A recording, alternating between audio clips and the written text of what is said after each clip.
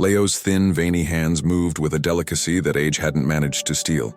With a small, damp cotton cloth, he cleaned each leaf of the fern that hung near the living room window. It was his morning ritual, one of the few moments he felt he had any control over his own world.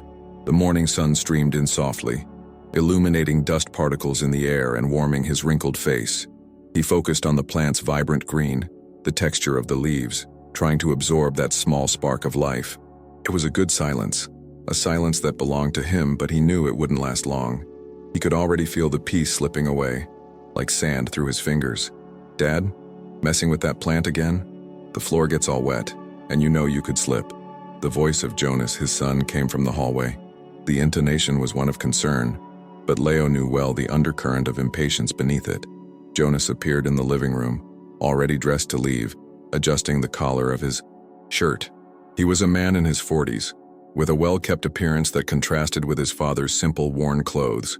Leo didn't answer, just continued his task, feeling his shoulders tense up slightly. It was always like this, a concern that sounded like a command, a care that felt like a chain. Jonas sighed, the sound of someone being very patient. "Come on, Dad, leave that. Today is the community festival. You need to be rested." Jonas led his father to the kitchen table where a bowl of oatmeal and banana was already served. It was the breakfast the doctor had recommended, according to Jonas. But Leo missed his bread with butter and strong black coffee. He ate slowly, under the watchful eye of his son, who took the opportunity to list the day's rules. "At the festival, you stay close to me, okay? There are a lot of people, I don't want you to get lost. And please, if anyone asks how you are, say you're great. No need to talk about your aches or your confusion. That's private." Leo just nodded, pushing the oatmeal around with his spoon. The festival wasn't for him. It was for others to see what a good son Jonas was. After breakfast came medicine time. Jonas organized them in a small weekly pill box, but he made a point of handing them one by one into Leo's hand with a glass of water. "This blue one, for your blood pressure. The white one, for cholesterol." Today there was a small yellow one that Leo didn't recognize. "Is this one new?" he asked, his voice a little shaky. "The doctor prescribed it yesterday, said you've been a bit anxious, agitated. It'll help you stay calmer at the festival," Jonas replied, not looking him in the eye. Leo swallowed the pill without further questions. Arguing was pointless and would only result in more sighs of patience and more rules disguised as suggestions. The doorbell rang at 9 o'clock sharp. It was Anna, the physical therapist. Jonas greeted her with a wide smile, the same one he used with the neighbors. "Good morning, Anna. Glad you're here. He had a bit of a confusing morning today, but I know your visit always cheers him up." Anna, a woman of about 30 with an observant gaze and a gentle smile, greeted him and came inside. She was used to Jonas's speech, but she always preferred to draw her own conclusions. Seeing Leo sitting in the armchair, she noticed he seemed less confused and more faded, like a dim light bulb, about to burn out completely. "Good morning, Mr. Leo. How's our champion doing?" she said, nodding her head toward the fern he cared for. Leo gave a minimal, almost imperceptible smile. "Beautiful," he whispered. As she prepared her equipment for the exercises, Anna passed through the kitchen and saw the bowl of oatmeal, almost untouched, on the sink. She remembered Leo mentioning weeks ago that he hated oatmeal, that it reminded him of hospital food. It was a quick thought, a loose piece that didn't fit the image of the devoted son Jonas worked so hard to project. She kept the information to herself, without changing her friendly expression. During the stretching exercises, Anna held Leo's arm carefully. As she pushed his shirt sleeve up, she saw a purple bruise, small and already yellowed at the edges, on the inside of his forearm. "What's this, Mr. Leo? Did you bump into something?" she asked casually, keeping her tone of voice soft. Before Leo could even open his mouth, Jonas, who was in the living room pretending to read the newspaper, answered for him. "That was last night, Anna. He got up to go to the bathroom and tripped on the rug. Gave me quite a scare. Age is tricky. He's getting clumsier and clumsier." The explanation was plausible, but the speed with which Jonas intervened set off a small alarm in Anna's head. She looked at Leo at the exact moment his son finished speaking. She saw a shadow cross the elderly man's eyes, a mixture of shame and resignation that lasted only a second. He lowered his gaze to his own hands, as if confirming the story without needing to say a word. Anna didn't press the issue. She continued with the exercises as if nothing had happened, but now she was paying real attention. Every silence from Leo, every word from Jonas, everything took on a new weight. "Ready for the festival, Mr. Leo? It will be good to see some friends play a game of bocce," Anna commented, while helping the elderly man with a balance exercise. Leo stared at her for a moment, and for the first time that day, she saw something beyond apathy in his eyes. It was a cry for help, so clear and so silent that it gave her chills, but it was just a glimpse. Immediately after, he shook his head negatively, almost imperceptibly. "I don't like bocce," he murmured, so quietly that Anna almost didn't hear him. That surprised her, as Jonas always said his father loved the festival activities. Jonas, from the other side of the room, laughed. "Oh, Dad, don't say that. You love it. It's just your memory that's been failing a bit," he said, addressing Anna more than his own father. "Physical therapy is great, but social interaction is crucial, isn't it, Anna? The doctor always insists on it." Anna forced a smile and agreed. Yes, socialization is important, but inside, she felt a growing unease. Leo's memory didn't seem to be failing. It seemed to be forcibly rewritten every day by his son's voice. It was a subtle violence, invisible to anyone looking from the outside. When the physical therapy session ended, Anna needed Jonas to sign the health plan form. "The folder is in the office, 1 minute," he said, leaving the room. It was the first time Anna was completely alone with Leo. She knelt beside his armchair, under the pretext of arranging her bag on the floor. "Mr. Leo," she began in a whisper, "if there's anything you want to tell me, you can trust me. Anything at all." Leo continued to look straight ahead, his face a mask of indifference, but Anna saw his hand, resting on the arm of the chair, clench into a fist, his knuckles turning white. He said nothing. He just turned his head slowly and looked at the fern by the window. His eyes remained fixed there for several long seconds. Anna followed his gaze. The plant was lush, well cared for, but there was something in the way Leo looked at it. It wasn't admiration. It was a farewell, as if he knew something was going to happen to it. Just then, Jonas returned with the clipboard in his hand, smiling. "All set. Thank you for taking such good care of him, Anna. He's lucky to have you." The sentence sounded hollow, almost ironic, and the air in the room grew heavy with unspoken things. Leaving the house, Anna walked to her car but didn't start the engine right away. She sat there looking at the house's facade, a simple and well-maintained building that gave no clue as to what was happening inside. The image of Leo's gaze toward the fern wouldn't leave her mind. It was a code, she was sure of it, a message she couldn't yet decipher. She thought about calling her agency, reporting her suspicions, but what would she say? That a son cares too much for his father? That the elderly man didn't eat his oatmeal? It would sound like an exaggeration, an intrusion. She needed something concrete. She decided she wouldn't leave. Not yet. She drove around the block and parked her car on a cross street, where she had a partial view of the front of Leo's house.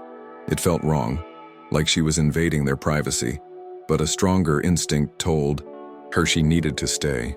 She felt responsible for that silent cry for help.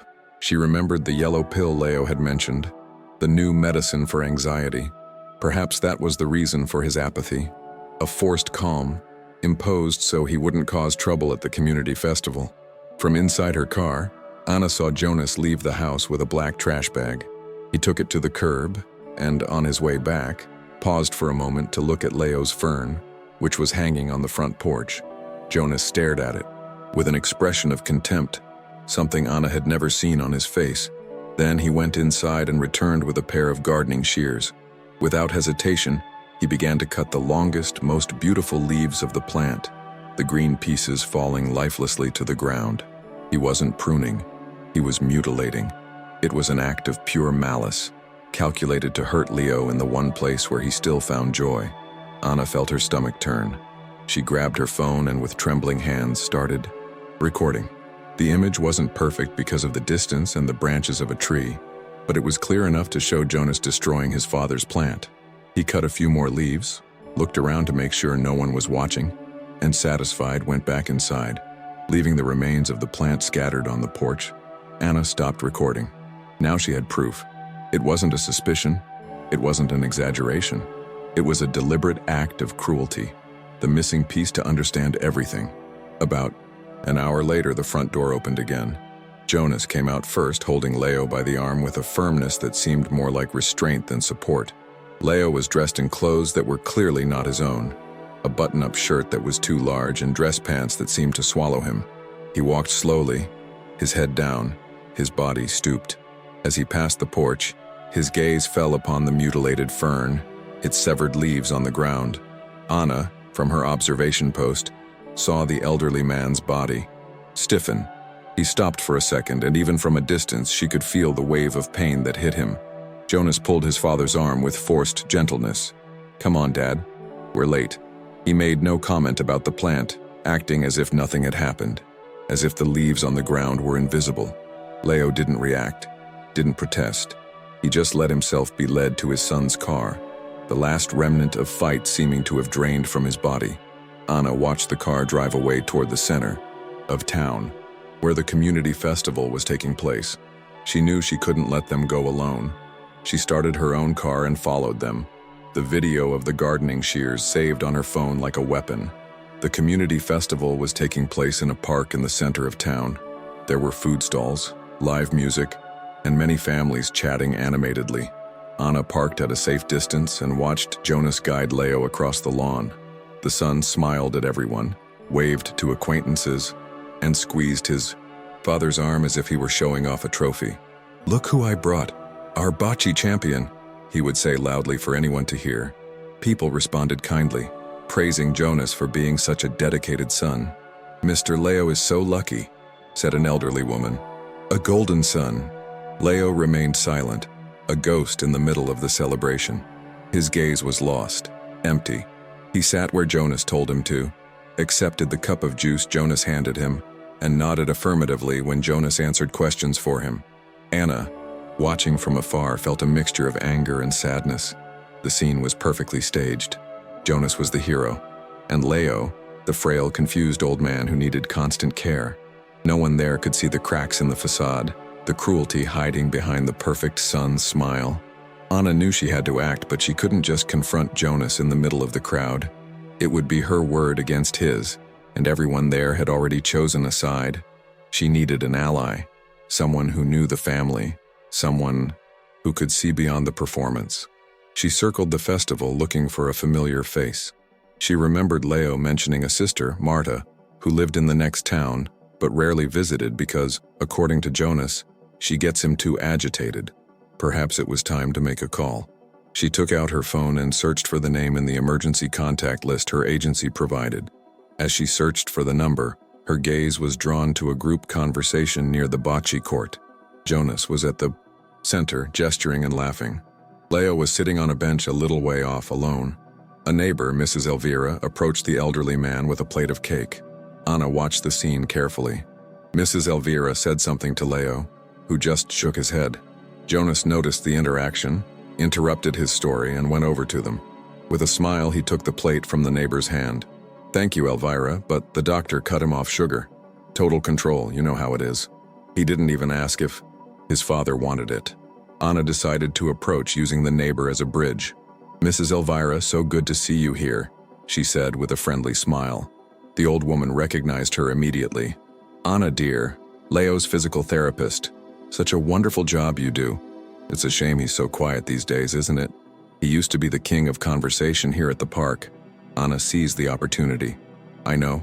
I worry sometimes. He seems a bit sad." Mrs. Elvira lowered her voice, looking around to make sure Jonas wasn't listening. "Between us, I think so too. Jonas is a good boy, takes care of everything, but sometimes it's too much care, if you know what I mean." The comment was the validation Anna needed. Someone else saw it. "I understand perfectly," Anna replied in the same confidential tone. "He seems very isolated to me." Mrs. Elvira sighed. "Ever since his wife passed away, he's shut himself off. And Jonas, with this story that everything agitates his father, has ended up pushing everyone away. Even Marta, Leo's sister, hardly ever shows up anymore. Jonas says she just upsets him." Jonas's narrative was consistent, a spiderweb woven to keep Leo at the center. isolated and under total control. Anna felt that Mrs. Elvira could be the ally she needed. "Mrs. Elvira, can I show you something?" "It's a bit strange, but I'm really worried," Anna said, taking out her phone. She led the old woman to a more private corner, away from prying eyes, and played the video she had recorded earlier. Mrs. Elvira watched the scene in silence, her eyes fixed on the screen. She saw Jonas, with chilling coldness, destroy the plant that Leo loved so much. When the video ended, she brought her hand to her mouth, her eyes wide with shock. "My goodness, but why? That fern was his pride and joy. I don't know why, but I know this isn't care. It's cruelty," Anna stated, her voice firm. "Jonas controls everything his father eats, what he wears, who he talks to. And now this. He's destroying his father little by little from the inside out." Mrs. Elvira looked shaken. The image of the golden sun she had in her head was crumbling before her eyes. "I never imagined. He always seemed so attentive. What can we do, my child? Call the police? They'll say it's a family dispute, that it's just a plant." "We're not calling the police yet," Anna said, thinking quickly. "But we're not letting this go. Mr. Miguel, the president of the neighborhood association, is here. He's a fair man and has known your Leo for years. Maybe if we both talk to him and I show him the video." The idea was risky. It could blow up into a public scandal or be completely dismissed, but it was better than doing nothing. Mrs. Elvira hesitated for a moment, the fear of getting involved written on her face. But then she looked at Leo, sitting alone on the bench, looking like a miniature version of himself, and her decision was made. "You're right. Let's talk to Mr. Miguel. Leo doesn't deserve this." The two women walked with determination to the main tent, where Mr. Miguel, a man with white hair and a strong voice, was organizing a raffle drawing. They waited for an opening and called him aside. "Miguel, we need 5 minutes. It's about Leo," Mrs. Elvira said, getting straight to the point. The man looked at them seriously, noticing the urgency in their voices. He asked a colleague to take over for him and led them behind the tent, to a more private spot. "What happened to Leo? He seems quite down." "Today," he commented, showing that he too had noticed something was wrong. Anna explained the situation calmly and objectively. She talked about Leo's apathy, the food he didn't eat, Jonas always answering for him, and finally about the fern. "I know it seems small, Mr. Miguel, but it's the little things that together show a pattern of emotional abuse. He's being silenced." And then, she showed him the video. Miguel watched with a furrowed brow, his expression changing from curiosity to indignation, and finally to a contained anger. He had known Leo since they were young. He knew of his love for plants, of his pride. Seeing that scene was like a punch to the gut. "The scoundrel," Miguel muttered, handing the phone back to Anna. "I always thought Jonas was a bit too controlling, but I never thought it would go this far. This is pure malice." He was silent for a moment, the noise of the festival seeming distant. "This can't stand. We can't just go over there and make a scene. That would only scare Leo. But there's the tribute speech for the oldest residents in 10 minutes. Leo is one of the honorees. Maybe that's our chance to do something, to give him a chance to speak." The plan was quickly laid out. Miguel would be the master of ceremonies as usual. He would call Leo to the small stage to receive his tribute plaque. Normally, Jonas would go up with him to help his father. But this time, Mrs. Elvira and other old friends of Leo would form a subtle barrier, congratulating Jonas and holding him at the foot of the stage long enough for Leo to be alone up there with Miguel. Anna would stay close, ready to intervene if necessary. It was a bet on Leo's instinct, on the chance that, away from his son's control, he might find his voice. When the moment came, Anna's heart was pounding. Miguel announced Leo's name warmly, and everyone applauded. As expected, Jonas immediately stood up to accompany his father, but on the way, Mrs. Elvira intercepted him with a hug. "Congratulations, Jonas, what a proud moment for you," she said. Immediately after, 2 other gentlemen, friends of Leo, did the same, creating a small traffic jam of pleasantries. Jonas, caught off guard and forced to keep up appearances, was stuck there, smiling awkwardly, while Miguel helped Leo climb the 2 steps onto the stage. Up there, under the afternoon sun, Leo seemed even smaller. He held the metal plaque with trembling hands, blinking in the sudden spotlight. Miguel handed him the microphone. "Mr. Leo, an honor to have you with us. Would you like to say a few words to your friends? Leo looked at the crowd and then at Jonas, who was now staring at him from the foot of the stage, his smile gone, replaced by a hard, warning glare. The silence stretched on. Leo opened his mouth, but no sound came out. He seemed paralyzed, the internal battle visible on his face. Anna held her breath. For a second, she thought the plan had failed, that the fear was too strong. Leo started to hand the microphone back to Miguel, but then his gaze met Anna's, who was standing near the stage. She gave him a slight nod, a simple gesture of encouragement. "Your plant," she mouthed, without a sound. The word seemed to awaken something in Leo. He stopped, looked again at the microphone in his hand, and held it a little more firmly. He turned back to the crowd. Leo began, his voice weak and hoarse from disuse, but the microphone amplified it across the entire park. "I wanted to say, thank you." Polite applause rippled through the crowd. Jonas, at the foot of the stage, forced a smile, as if he were proud. "And I wanted to say that." Leo paused, taking a deep breath. "My fern, it died this morning." The sentence hung in the air, strange and specific. People looked at each other, confused. What did a plant have to do with the tribute? Jonas turned pale. Miguel, sensing the opportunity, intervened gently. "We're very sorry to hear that, Leo. It was a very beautiful plant. You took such good care of it." Leo nodded, his eyes welling up with tears. "Yes, I did, but it wasn't me. I wasn't the one who let it die."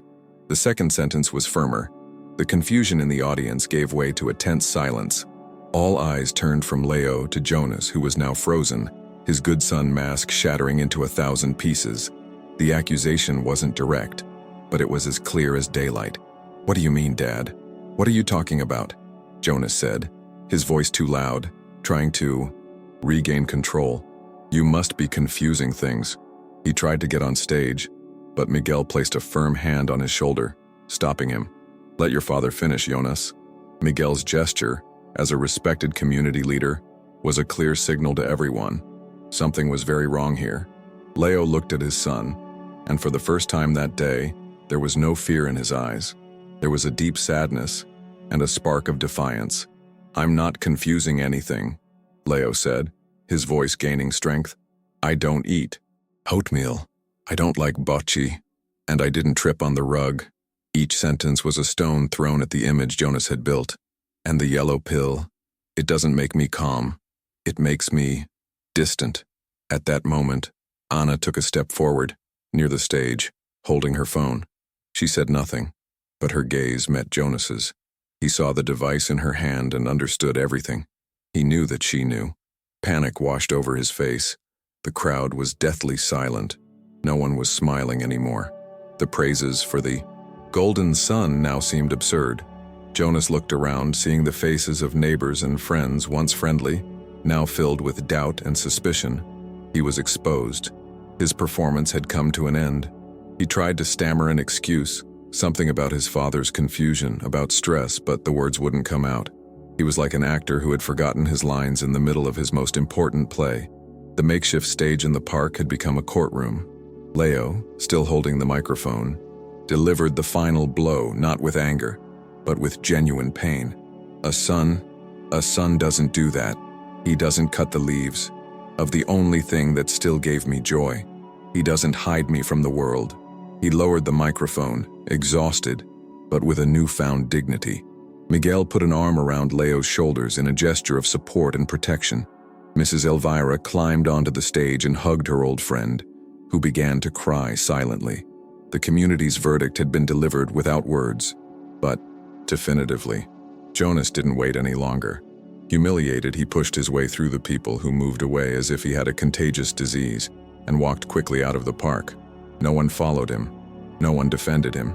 His power, built on lies and control, had evaporated into the afternoon air. In the park, the party was over, but something more important had begun. People approached Leo, not with pity, but with respect. They offered him a glass of water, a hug, a word of comfort.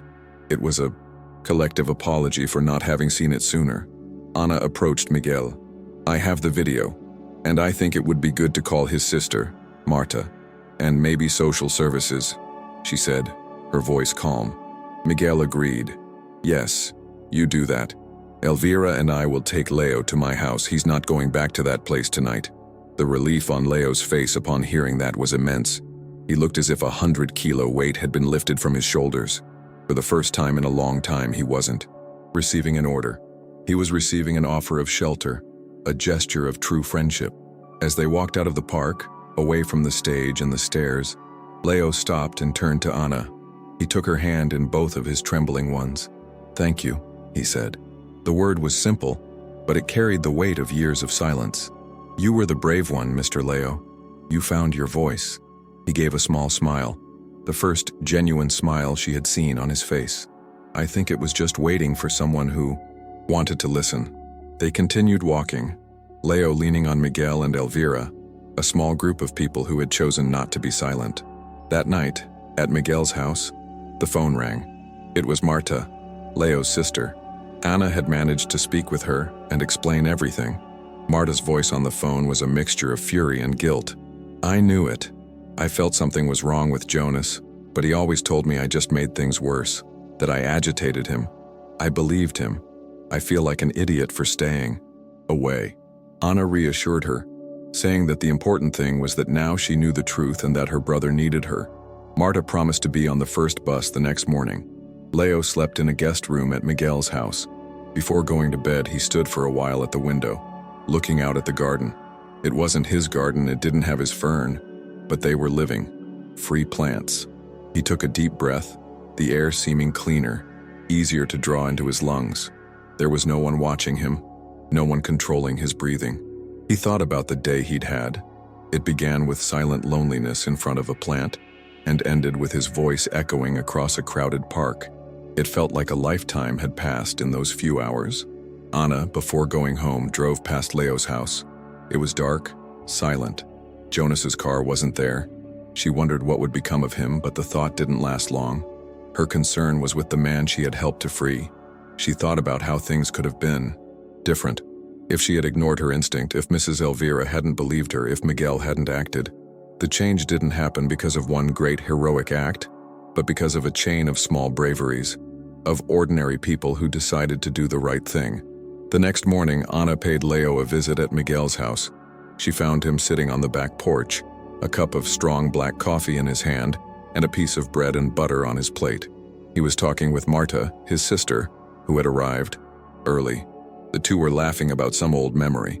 Seeing Anna, Leo broke into a wide smile that lit up his entire face. He looked 10 years younger. The apathy had completely disappeared, replaced by a serenity and an energy that Anna had never seen in him. "Look who's here, Marta, my guardian angel," Leo said, pointing to Anna. Marta stood up and gave Anna a tight hug. "I have no words to thank you. You gave me my brother back." Anna felt awkward but happy. "I didn't do much. He was the one who had the courage to speak." Leo looked up at the blue sky, at the morning sun. "I think I'll buy a new fern today. A really big one." The sentence was simple, but to everyone there, it signified the reclaiming of a life. Anna stayed for a few more minutes, watching the two siblings talk, planning the future. Leo was going to live with Marta for a while, until they decided what to do about the house and the legal proceedings against Jonas. But that was bureaucracy. The important thing had already happened. The liberation. As she left, Anna knew that that day in the park would forever remain in her memory. Not as a sad story of abuse, but as a testament to the strength of an elderly man who decided his voice mattered, and the courage of people who decided to listen.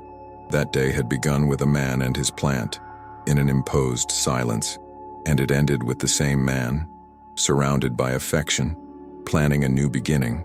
It had begun with fear and loneliness, and it ended with freedom and the promise of a reunion. Anna started her car with the clear, profound feeling that sometimes a single day is enough to change everything, to break invisible chains and to remember that it is never too late to bloom again.